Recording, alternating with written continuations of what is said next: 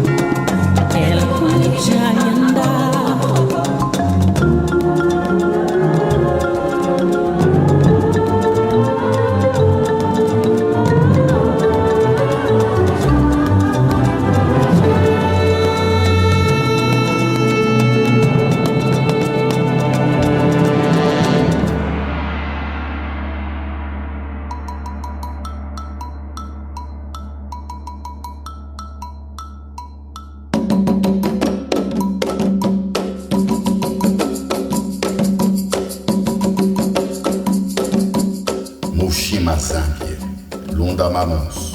Coração de Deus guarda todas as coisas.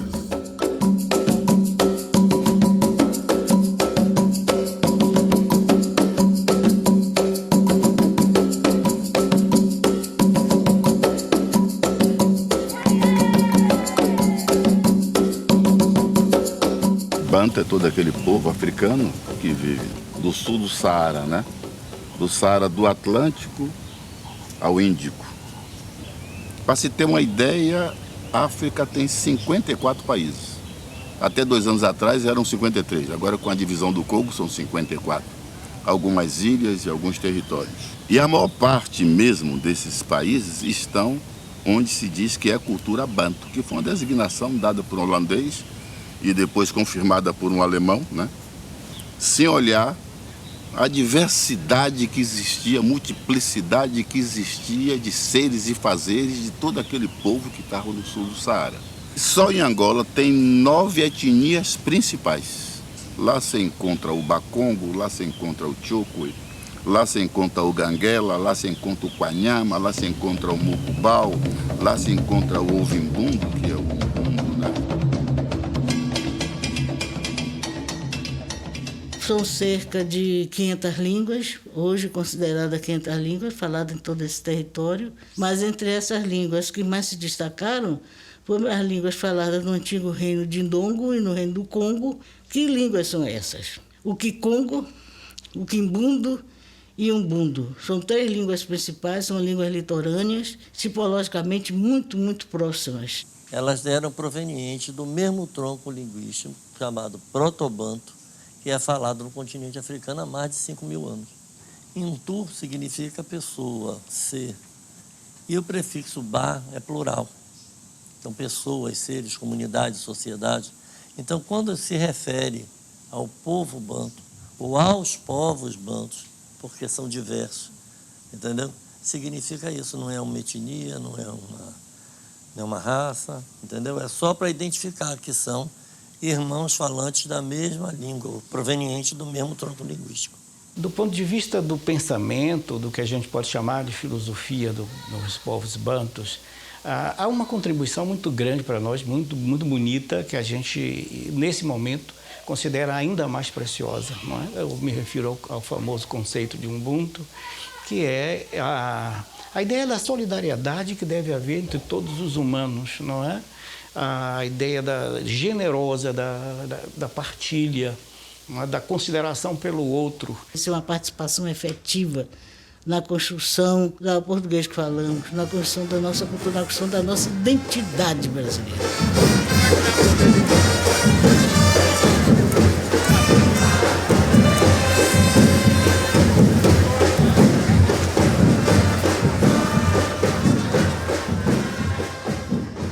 Catendê de Ladina, Luandê, meu catendê lá de Gina. Catendê de Ladina, Luandê, meu catendê lá de Gina. Catendê de Ladina, Luandê, meu catendê lá de Gina.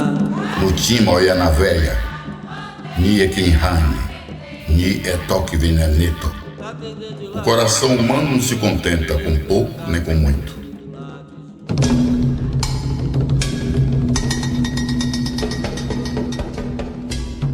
Nós não tivemos escravos, nós não somos descendentes de escravos, nós somos descendentes de povos que foram escravizados, é uma diferença muito grande de dizer isso, e esses povos escravizados foram trazidos para o Brasil a partir do século XVI até o fim do tráfico transatlântico, que foi em cerca de 1830, 1850, mais ou menos, no Brasil. Os bantus, a meu ver, eles deixaram heranças fantásticas, mas a herança que eu tenho uma enorme admiração, e eu acho que isso foi que fez a manutenção da nossa alma negra, do nosso espírito africano, no sentido mais poderoso, né? Que eles criaram a família brasileira. E eles não perderam o que trouxeram de mais importante do continente africano. O sentido da família, o sentido agregador. Eles conseguiram se reunir na senzala, mais tarde nos quilombos, e além de se acolherem mutuamente, ainda acolheram os indígenas e os brancos pobres. O povo banto se abrasileirou, ele se tornou brasileiro. E como o povo banto foi o povo que chegou primeiro e que ficou definitivamente mais de 300 anos, em maioria absoluta, as maiores contribuições que se tem do povo africano para o Brasil é do povo banto. Povos falantes das diversas línguas que pertencem ao tronco linguístico banto recriaram no Brasil diversas formas de comunidades, estabeleceram laços familiares, sem sombra de dúvida, de norte a sul do país.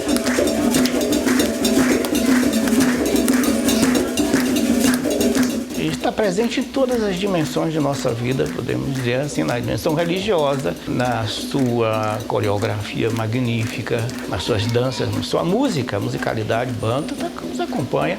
Não existe nenhum idioma musical mais forte no Brasil do que o samba. E o samba tem uma raiz, não é? Banto óbvia, clara.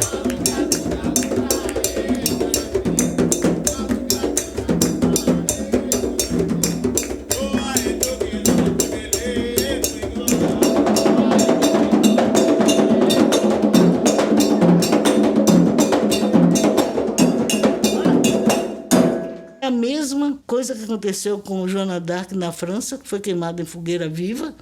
A profetisa Quimpavita também foi queimada viva no Congo, porque quando os portugueses lá chegaram na época da Inquisição, século XVI, XVII, ela se disse católica, se batizou, como aqui todos os africanos que chegaram se batizavam também, mas fundou uma seita, a seita chamada dos Antonianos, daqueles que rezavam e seguiam as ordens de Santo Antônio. Ela colocou nesta seita traços e manifestações da sua cultura nativa, banto.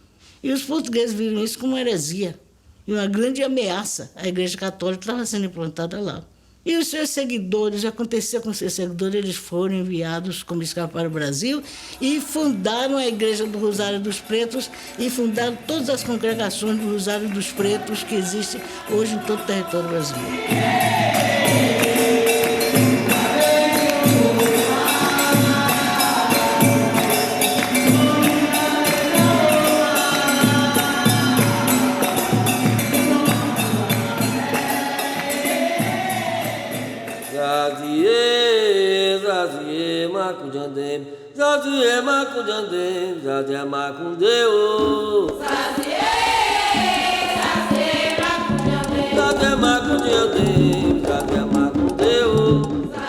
Mambo, magnata, Muitima, Kimungo, Sombo, Cupoia do Muataco. Questões do coração, a cabeça do homem não comporta.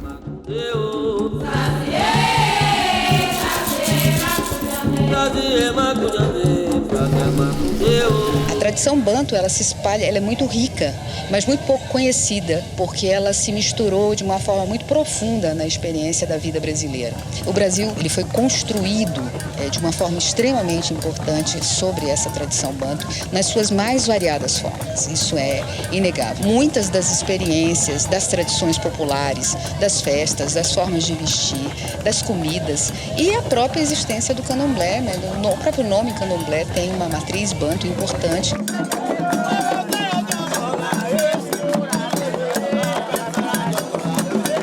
Os quilombos eram, na época da Rainha Nzinga, eram o local de treinamento dos guerreiros jagas. Eram os guerreiros mais perigosos do continente africano, que eram de origem banto. Quando chegou aqui no Brasil, a conotação de quilombo já se deu de uma forma diferente. O quilombo passou a ser a terra dos sonhos, a terra da liberdade. A maior resistência que houve até hoje foram várias, mas as duas maiores. Uma foi Palmares e a outra foi a revolta dos malês. Em Palmares, quem era a liderança no início? Gangazumba. Depois que Gangazumba foi admoestado e fez as pazes com os portugueses, quem substituiu Gangazumba? O sobrinho dele, Zumbi. Os dois são bacongos, bantos. Precisa lembrar de Zumbi e lembrar de tantos quilombolas. Até a palavra quilombo a gente já está vendo que é uma palavra banto. São justamente esses Angolas e Congos que estiveram à frente dessa luta de resistência o tempo inteiro. Então, na mata, eles eram acolhidos pelo indígena. Por isso que o candomblé Congo-Angola no Brasil é o candomblé que tem um indígena como o primeiro ancestral pelo acolhimento, pelo cuidado, pelo carinho e pela troca de saberes.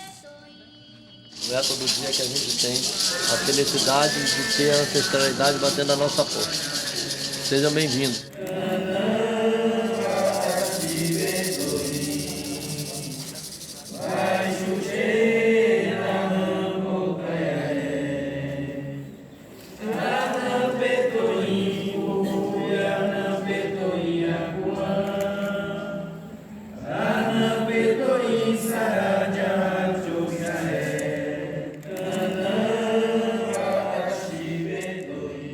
O camba era o nome que se davam às casas das chefias dos quilombos. São casas que ficavam no centro dos quilombos e que tinham uma escotilha onde eles subiam e dali eles viam tudo ao redor. Então, quando alguém chegava ou qualquer inimigo, eles visualizavam logo e se preparavam para não sucumbir.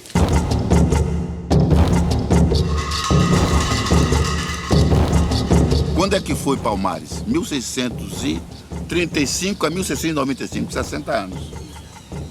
Nessa época não ouvimos falar de... Não, eram os bantos que aqui estavam.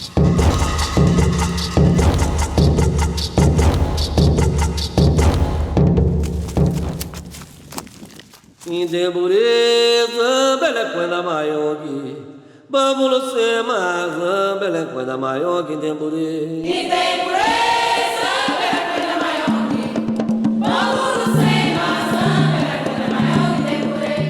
Mushima, Wari e Fula. Ah, se o coração fosse nariz.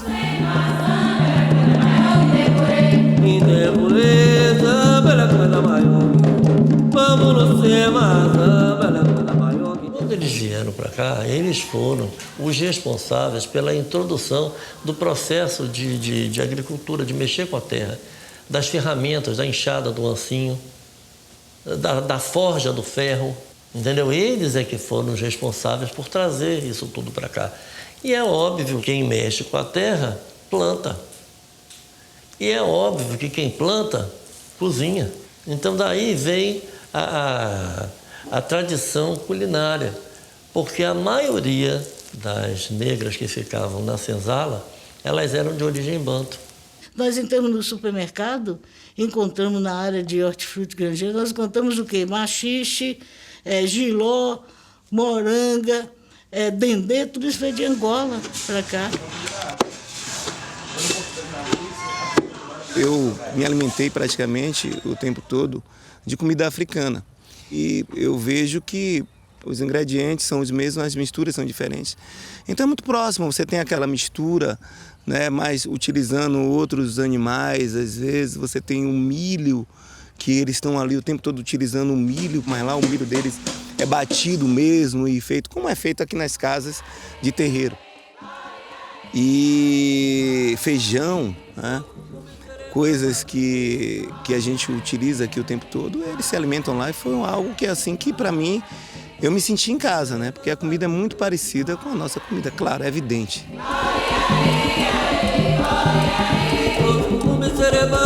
O candomblé se preocupa com 2 tipos de energia.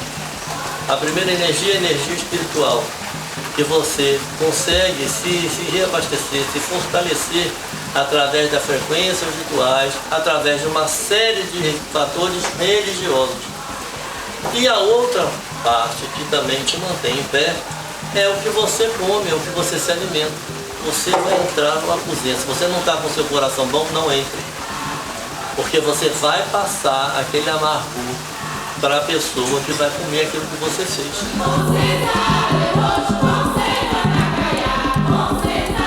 A responsabilidade da cozinha daqui do terreno do campo sempre foi das 3. Rosiane recebeu o carro de Tota Munambi, a Dina dela está manejando. Zambazan é quem mora comigo na casa, é quem está no dia a dia. E Raimunda, que é da Andaleci, que é a Macosa de Tandalunda e que também transita pela cozinha.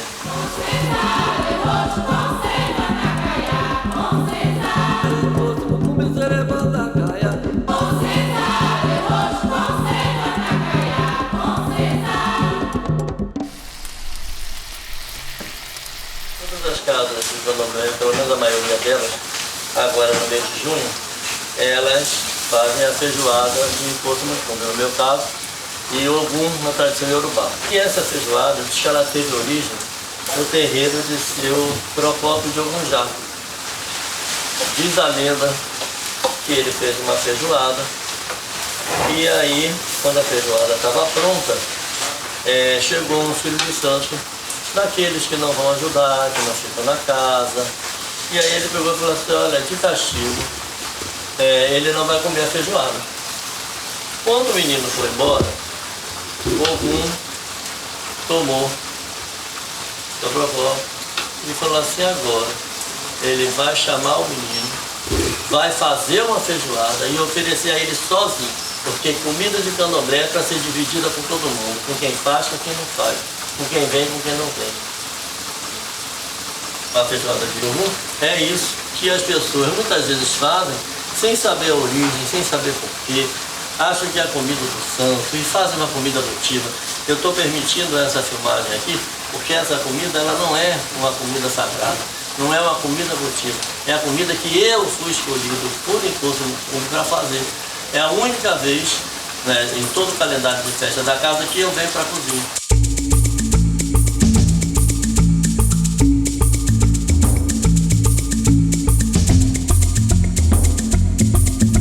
Então, dentro da nossa crença, eu iniciei em 1975, foi no auge da repressão em Angola.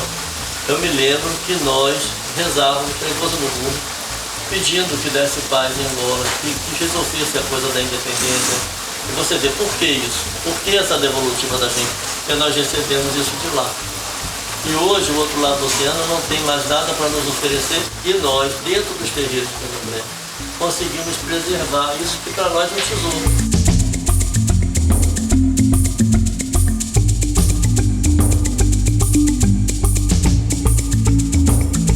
Lemba, zambe a pongue para que não, o indo, indo. Lemba, zambe a pongue para que não, o indo, indo. Lemba, zambe a pongue para que não, o indo, indo. Mambo em si, Mambo Zâmbia. Voz da terra, voz de Deus. o indo, indo. Lemba, zambe a pongue para que não, o indo, indo. Lemba, zambe a pongue para que não, o indo, indo. Cerca de uns 40 anos, eu tenho me dedicado a fazer pesquisas sobre línguas africanas no Brasil, nos dois lados do Atlântico, tanto na parte ocidental da África, na parte do Golfo do Benin e na África subsaariana, quanto no Brasil, onde a presença africana é notável e é bem marcante. Quais, então, as línguas que foram mais faladas no Brasil? As línguas da África subsaariana, as línguas do Golfo do Benin, onde o Yorubá é falado, e a língua Jeje também, a língua Fon, e as línguas de Angola, que são línguas de Angola e do Congo, que são línguas do grupo Bantu. A língua portuguesa só é falada desse jeito aqui no Brasil. Em todo lugar, em todo país que fala a língua portuguesa, fala o português de Portugal. Essa contribuição foi africana nas cozinhas das casas grandes. Entre o Kikongo e o Kimbunda, elas são muito parecidas, realmente muito parecidas, mas no Kikongo prevalece um Z, a pronúncia do Z, no lugar em que o Kimbunda parece a pronúncia do J. É o caso daquelas famosa cantiga de Jó. Que Jó é esse? Que escravos de Jó jogavam caxangá. Deixa o Jambelê ficar. Muito fácil. O Jó, esse Jó aí quer dizer casa. Se fosse de origem Kikongo, seria Inzó, os escravos de Inzó. Mas como é de origem Quimbundo, é os escravos de Jó. E quem é esse Zambelê? Esse Zambelê é exatamente aquele escravo de um único senhor, que serve a um único senhor. Todo brasileiro sabe cantar isso, em qualquer lugar onde eu chego, que eu falo nisso, uma das pessoas cantaram, todo mundo canta com a maior simplicidade, com a maior disposição, porque conhece a palavra. Eu não estou querendo dizer com isso que a contribuição é exclusivamente de origem banto. Existiram outras contribuições de etnias africanas para a cultura, a língua, a comida. Existiu uma influência do povo escravizado no Brasil muito grande e a gente tem essa herança. Guimarães Rosa chamou a atenção para o fato de que os nossos dicionários de português do Brasil são muito maiores do que os de Portugal, porque no português do Brasil nós incorporamos muitos vocabulário, expressões de línguas indígenas e das línguas africanas, né, dos falantes de línguas africanas que vieram para cá. Nesse caso, o banto, as línguas bantus deram um contributo extraordinário, né? Aqui na Bahia, então, os falar de baianos que foram mapeados mostram isso com absoluta clareza. O povo banto, ele influenciou muito mais no português aqui no Brasil, porque o português, quando ele viu que escravizar africanos bantos dava dinheiro, eles foram lá e colonizaram Angola. Quando os escravizados vinham, já vinham falando português, já vinham, sabe? Porque hoje a língua pátria, vamos dizer, em Angola é o português. Esses povos trouxeram o que para nós? Trouxeram só o que eles falavam? Não. Na história do português do Brasil, por exemplo, não há um só momento em que os povos africanos têm uma fala. Eles estão mudos, eles não dizem nada na história.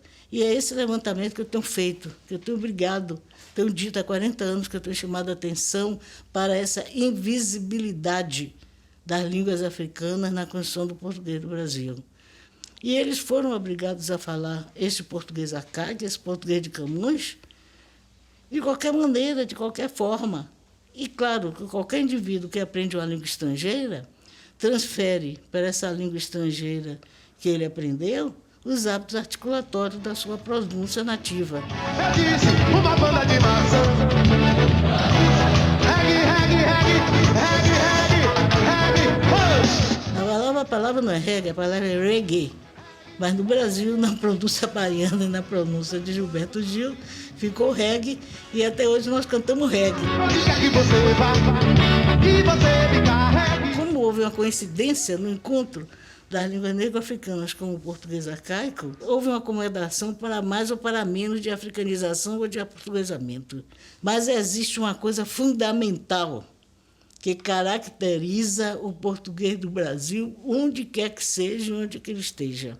É o vocalismo, é a riqueza da pronúncia das vogais. Eu não entendo até hoje por que é que se insiste em dizer às crianças na escola que pneu tem uma sílaba quando não tem. Pneu tem 2 sílabas, é pneu. Na pronúncia portuguesa, que ninguém entende o que é um jogo, então tem uma sílaba. Ritmo.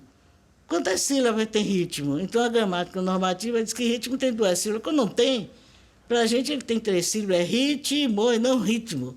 Isso se deve o quê?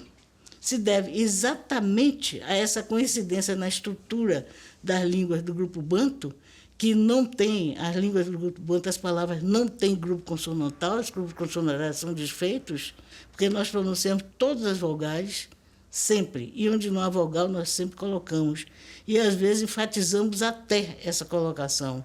É o caso, por exemplo, de advogado, que muita gente diz advogado. O caçula, por exemplo, é a única palavra que existe no Brasil para dizer o filho menor, mais novo da família, é caçula. A palavra portuguesa lusitana é Benjamin. Benjamin, para a gente, virou interruptor de corrente elétrica, o T. Não é isso que é um Benjamin? Então, mas quem foi responsável por isso? Quem foi responsável por chamar de babá, o que até hoje nós chamamos de cuidadora de criança, e chama de babá, que é uma palavra do quimbundo, quer dizer exatamente cuidadora de criança. Baba, o baba de futebol, quem foi que chamou esse de baba, que é uma palavra quimbundo também? Tudo veio de Angola. Nós vamos para a praia de canga, de tanga, de sunga, isso veio de Angola para cá. E quem foi responsável por tudo isso? Foi a mulher negra. Uma mulher negra dentro da casa senhorial, mulher negra como escrava de Jó, escrava doméstica, dentro da casa senhorial. Ela que foi responsável por tudo isso, foi essa mulher que, infelizmente, ainda não recebeu a dignidade que ela merece dentro da história do Brasil, da construção do Brasil.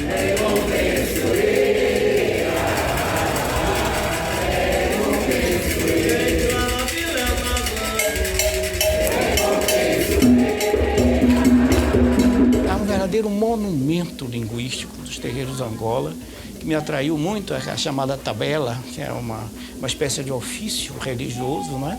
Rezado em diferentes partes dos dias pelos nossos Angolas, que é um verdadeiro tesouro que ainda não foi, a meu ver, estudado nem explorado. Até porque existem dificuldades relacionadas com o sigilo religioso que protege esse tipo de oração.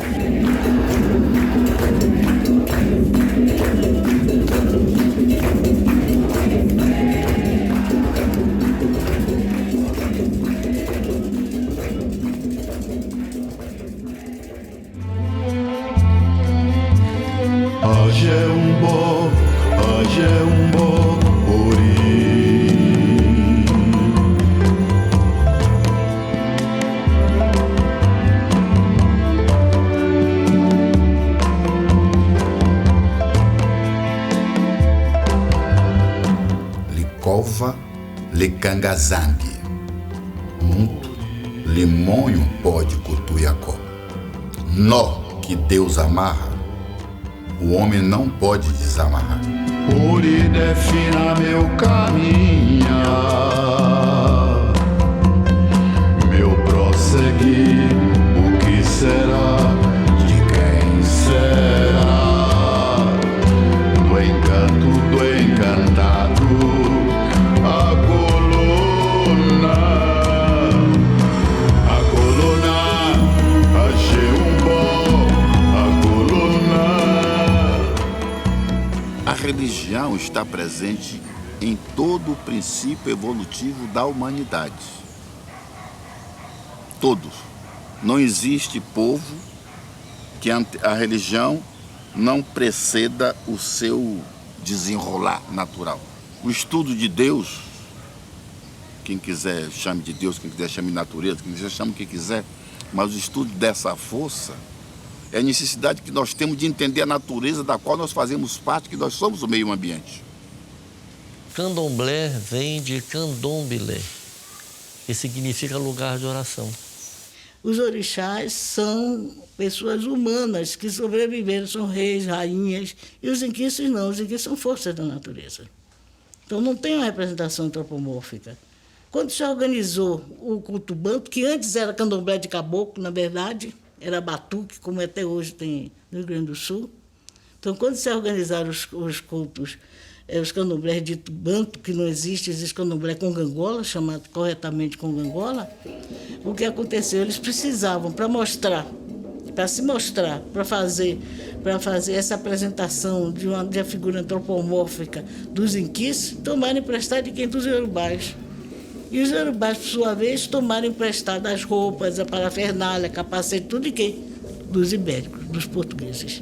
Então, quer dizer, houve uma sucessão de empréstimos ou de apropriação de um para o outro, até que se formaram esses candomblés que representam realmente uma grande forma de resistência à escravidão, de resistência à intolerância, de resistência a toda a opressão, dando continuidade às suas culturas e aos seus traços de cultura naquilo que eles contribuíram para nos formar como brasileiros que somos hoje, com muito orgulho.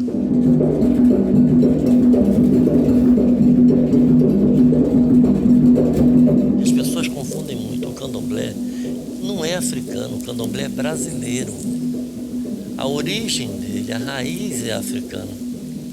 Mas a forma de operar, foi necessário que houvesse uma série de reinvenções para que ele pudesse sobreviver no novo mundo. Então, o candomblé é brasileiro e de origem africana.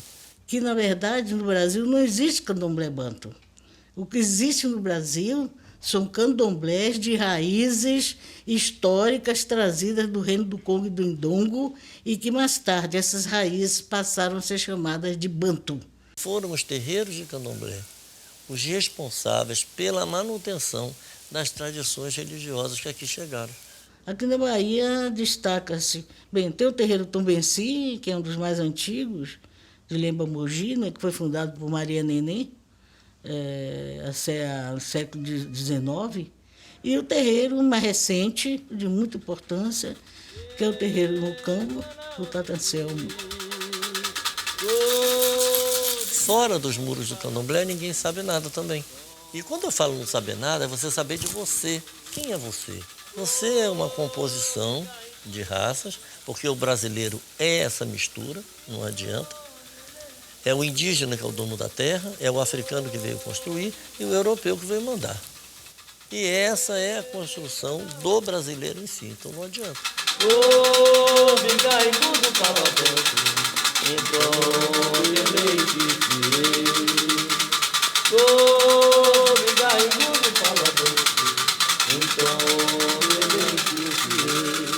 Que dando a luz do tempo abençoe a todos. Os terreiros de candomblé são um lugar de acolhimento. Na época da ditadura, daquela confusão, o candomblé abrigou muita gente, acolheu muita gente. Hoje, os terreiros de candomblé, eu falo que ele é uma ponte entre a sociedade desassistida e o poder constituído.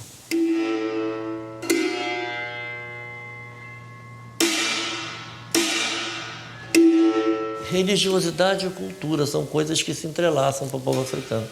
Você não pode falar de determinadas coisas culturais sem você passar pelo viés religioso. Por quê? Porque o candomblé, por exemplo, não é uma religião de conversão. Ninguém se converte ao candomblé. O candomblé é uma religião de chamamento. A gente fala que as pessoas, elas são chamadas pelas suas divindades para irem para o candomblé, para estarem lá. Então elas vão com suas próprias pernas.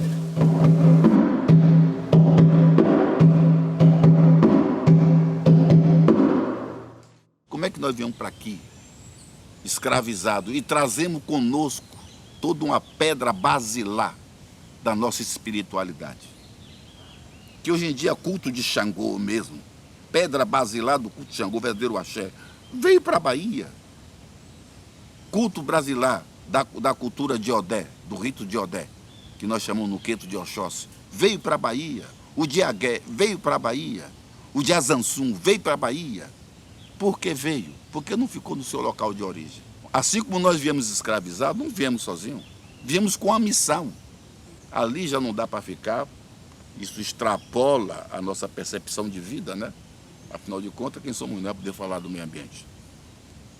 Mas trouxemos esse axé e plantamos-lo aqui.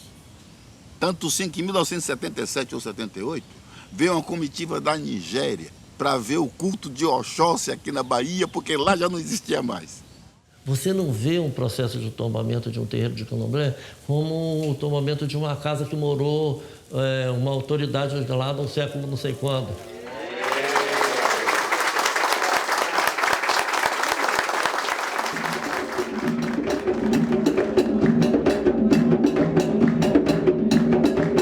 Quer dizer, então como é que você não vai lutar para você poder salvaguardar isso? Esse memorial onde a gente está, a gente conta história desde o século XIX. Houve a perseguição policial na década de 20, todo mundo sabe que foi uma repressão horrorosa. Nós tivemos a felicidade de resgatar a cadeira do meu bisavô de santo, que ficou presa 95 anos. É o primeiro terreiro de candomblé que obteve uma peça que foi abstraída dessa forma truculenta e violenta. E hoje está no ambiente sagrado.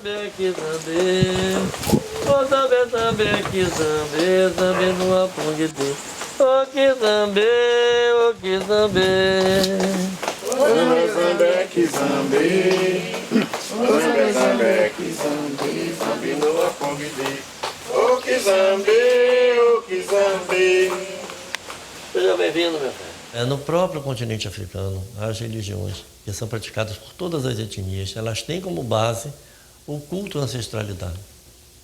Porque é ali que reside toda a força do núcleo familiar. Porque as religiões lá, elas são concentradas no núcleo familiar biológico. Então é essa ancestralidade desse grupo é quem vai fortalecer, é que vai fazer com que as coisas aconteçam, é que vai acontecer aquela coisa da energia vital, da energia ancestral, da reposição da energia através do nascimento de uma criança dentro daquela comunidade. E quando veio para o Brasil e que precisou ser reinventada, o núcleo passou a ser um núcleo de família de santo. E às vezes as pessoas não entendem muito bem o que é o pai de santo, mãe de santo, o primo de santo. Pensa que você está falando que é pai do santo, que é irmão do santo, não é. Quando fala fulano é meu pai de santo, se quer dizer que aquela pessoa não é meu pai biológico. Ele é meu pai voltado à minha religiosidade. Então o culto ao ancestral, ele é extremamente importante dentro até do candomblé no Brasil.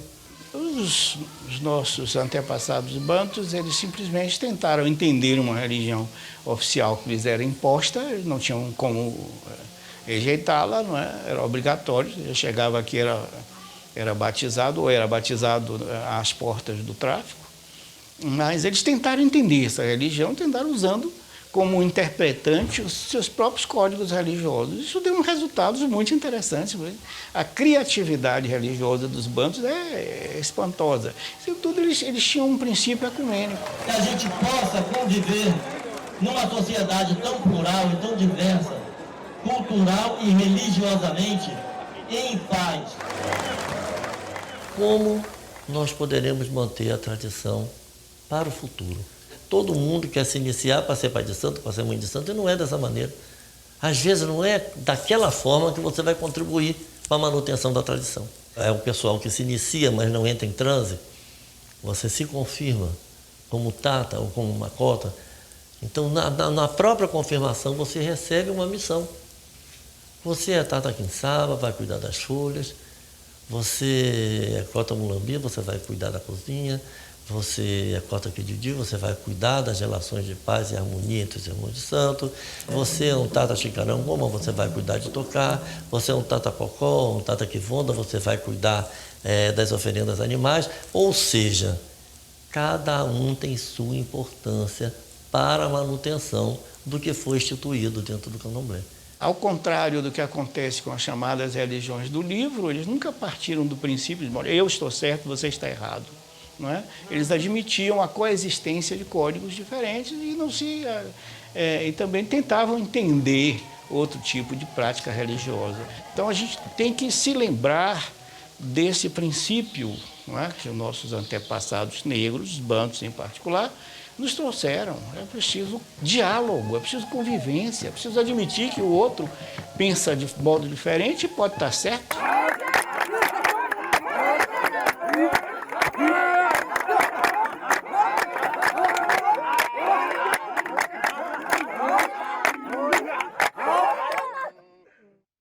Tempo macuratile, tempo macuratate, jo macuria.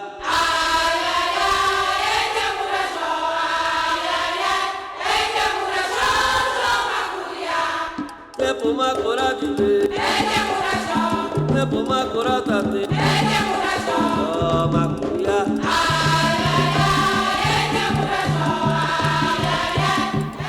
Culo Bukio Nisunya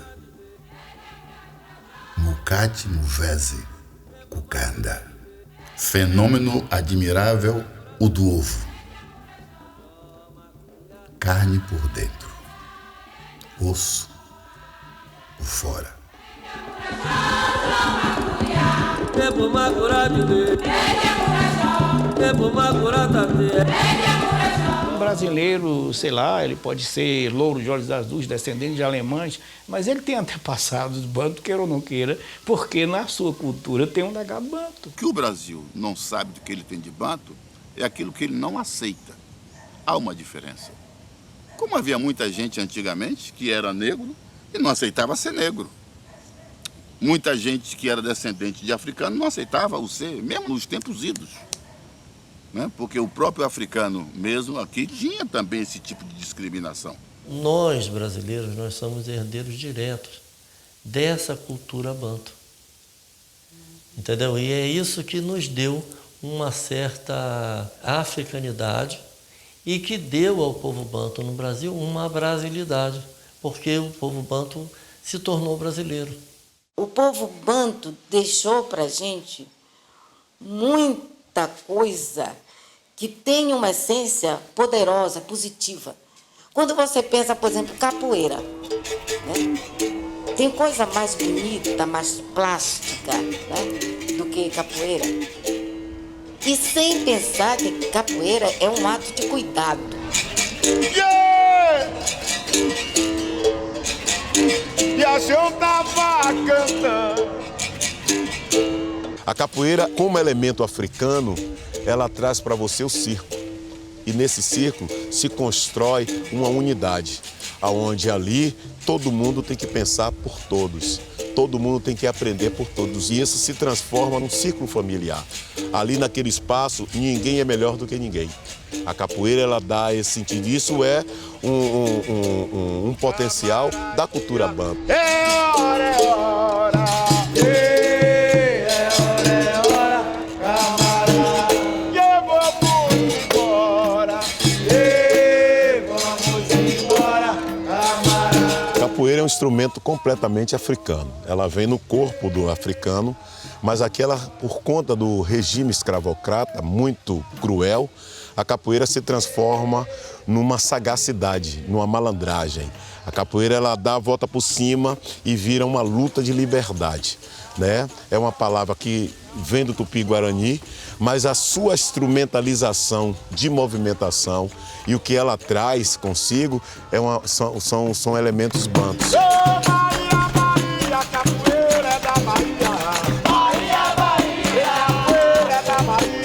Ela, quando nasce como capoeira, um elemento primitivo. E com a criação da capoeira regional do Mestre Bimba, aí se traduz a capoeira de Angola, né? E nessa capoeira nós temos o atender. Como é que o pai chama o filho? Como é que a mãe? Na capoeira a gente faz os elementos, né, de chamada, para prestar atenção. Isso é uma forma de como é que você vai viver na roda de capoeira e como é que você vai viver na roda da vida.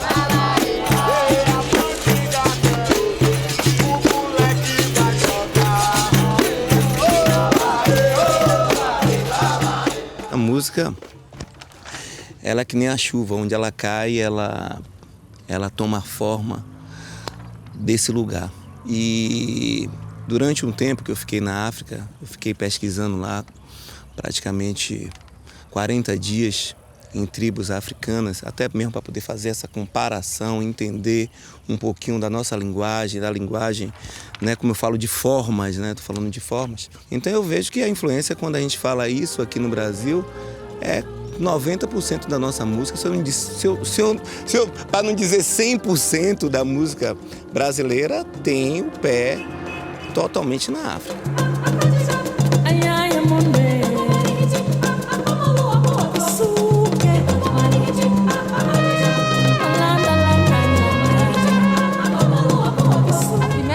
Negra que se forma no Brasil é basicamente banto.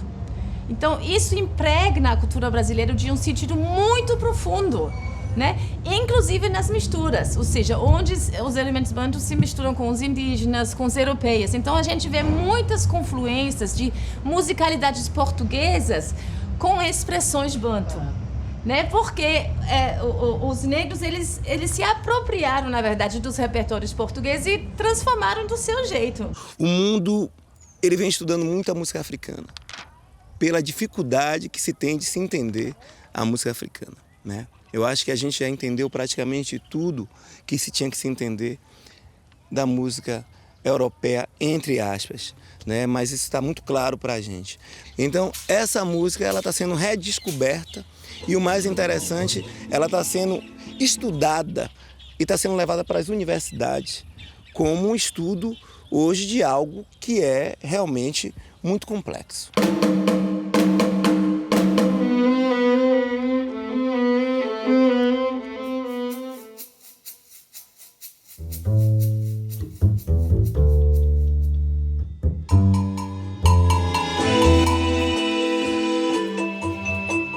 Uma coisa que é muito interessante nessa cultura banto é que os elementos na capoeira musicados deu sentido a uma outra figura banto, também que é o samba, já modernizado no Rio de Janeiro, que muitos compositores começaram a levar isso para o seu cotidiano. E isso era contado em versos e prosas dentro de uma roda de diálogo familiar pelas tias ciatas, isso aí, já no Rio de Janeiro. Então, quando você fala, quando eu morrer, disse besouro, não quero choro nem vela, quero uma fita amarela gravada com o nome dela. E aí, Noel Rosa ouve isso e entende que isso pode ser musicado. E aí começa a cantar, quando eu morrer, não quero choro nem vela, quero uma fita amarela. E dá o nome como o autor, e que, na verdade, o autor real é Besouro Mangangá.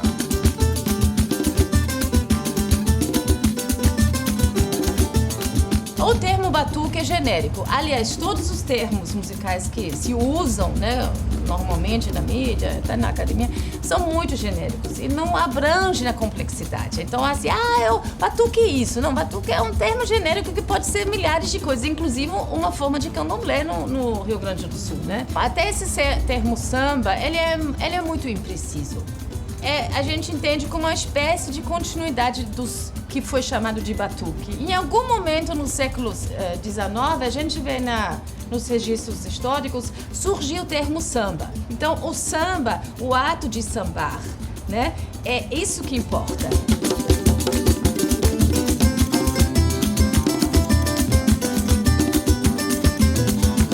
Ou seja, não é o samba, é o ato de sambar, né? Basta dizer isso, o Brasil sem samba, eu acho que ninguém reconhece, não é? Ninguém reconhece. Não? Então, isso é um legado deles. E é uma música que diz, quem não gosta de samba, e eu acrescento, brasileiro não é. Quitanda dende babá, bobó de locaru, batuque de gaiaga, samba no pé calunga. Quitanda dende babá, bobó de locaru, batuque de gaiaga, samba no pé calunga. É isso que nós temos de revelar, isso que nós temos de aplaudir, que nós temos de estudar. E dentro disso, dignificar a mulher negra africana dentro desse processo, como a grande mãe ancestral dos brasileiros. Um pedaço de mim é banto, sou benguela azul, não sou zumbi. Hoje canto pra louvar meu santo e o quanto me permisti. Quitanda dende babá, bobó de locaruru, batuque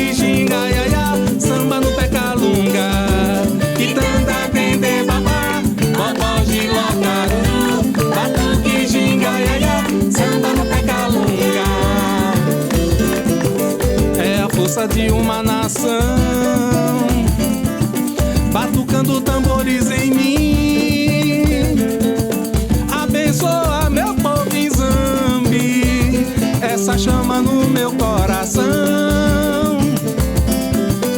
Abençoa meu povo em Zambi e preserva nossa tradição.